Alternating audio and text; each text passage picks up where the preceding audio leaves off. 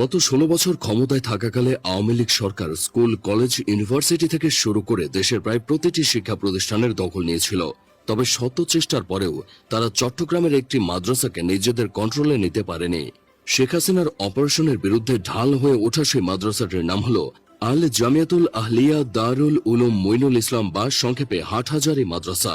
চট্টগ্রামের হাটহাজারী উপজেলায় অবস্থিত দেশের সর্ববৃহৎ এই কওমি মাদ্রাসাটি ইতিহাস ও ধর্মীয় শিক্ষার এক অপূর্ব মিলনস্থল। প্রায় ১২৪ বছর পুরনো এই মাদ্রাসাটি স্রেফ কোনো দিনই শিক্ষাকেন্দ্র নয়, এটি হলো দেশের লক্ষ কোটি কওমি জনতার প্রাণকেন্দ্র। গোটা বাংলাদেশের চট্টগ্রাম সাধারণত বন্দর ও শুটকির জন্য জনপ্রিয় হলেও কর্ণফুলীর পাড়ে অবস্থিত এই জেলাটির আরেক আইকন হল হাটহাজারী মাদ্রাসা।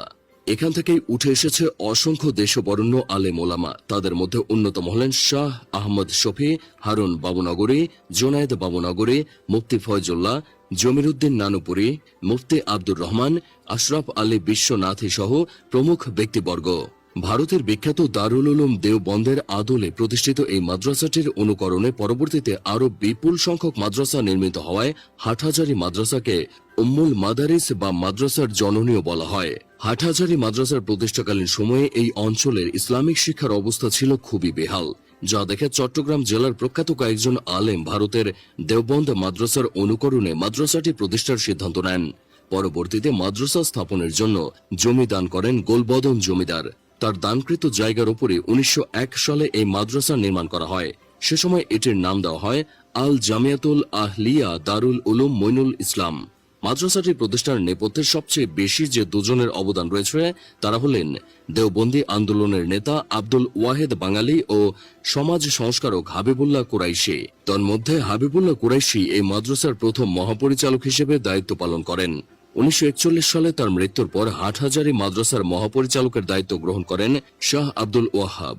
তবে সে বছরই তৎকালীন ব্রিটিশ সরকার ষড়যন্ত্র করে মাদ্রাসাটি বন্ধ করে দেয়। তবে শাহ আব্দুল ওয়াহাব স্ব-উদ্যোগে ব্রিটিশদের বিরুদ্ধে মামলা করেন এবং বছরখানেক পর সেই মামলায় জয়ী হয়ে মাদ্রাসাটি পুনরায় চালু করেন। এই কারণে তাকে হাটহাজারী মাদ্রাসার দ্বিতীয় স্থপতিও বলা হয়।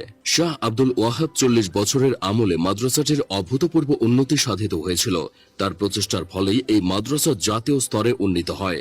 শাহ আব্দুল ওয়াহাবি মাদ্রাসাটির নাম আল জামিয়াতুল আহলিয়া দারুল উলুম মঈনুল ইসলাম হতে বদলে বর্তমান নামটি রাখেন।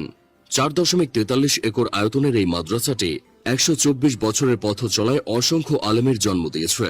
এখানে পুরনো শিক্ষাক্রমকে অক্ষুণ্ণ রেখে যুগোপযোগী আধুনিক সিলেবাসে কোরআন, হাদিস, ফিকহ, তাফসীর, ফালসফা, বালাগাত, দর্শন, সাহিত্য, ইতিহাস, রাষ্ট্রবিজ্ঞান ও সমাজ বিজ্ঞান পড়ানো হয়। সেই সাথে উচ্চতর গবেষণার জন্য রয়েছে ১ অথবা ২ বছর মেয়াদী তাখাসসুল ফিল হাদিস, তাকাসসুল ফিল ফিকহ, তাকাসসুল ফিল তাসফির, তাকাসসুল ফিল কিরাত, তাকাসসুল ফিল আদব, তাকাসসুল ফিল দাওয়া ওয়াল ইশরাদ ইত্যাদি। বর্তমানে চট্টগ্রামের ঐতিহ্যবাহী হাটহাজারী মাদ্রাসায় প্রায় ৮,০০০ জনেরও বেশি ছাত্র ইসলামী জ্ঞানের আলোয় দীক্ষিত হচ্ছেন। প্রতি বছর এই প্রতিষ্ঠানটিতে হাজার হাজার ইসলামী পণ্ডিত তৈরি হয় বলেই এটিকে ইসলামী শিক্ষার আতুর ঘর বলা হয়। সেই সাথে হেফাজতে ইসলামের আতুরঘরও হল হাটহাজারী মাদ্রাসা। ২০১০ সালে এই মাদ্রাসা থেকে যাত্রা শুরু হয়েছিল ইসলামপন্থী সংগঠনটি। তারপর থেকে নিজেদের কেন্দ্রীয় কার্যালয় হিসেবে হাটহাজারী মাদ্রাসাকে ব্যবহার করে আসছে হেফাজতে ইসলাম।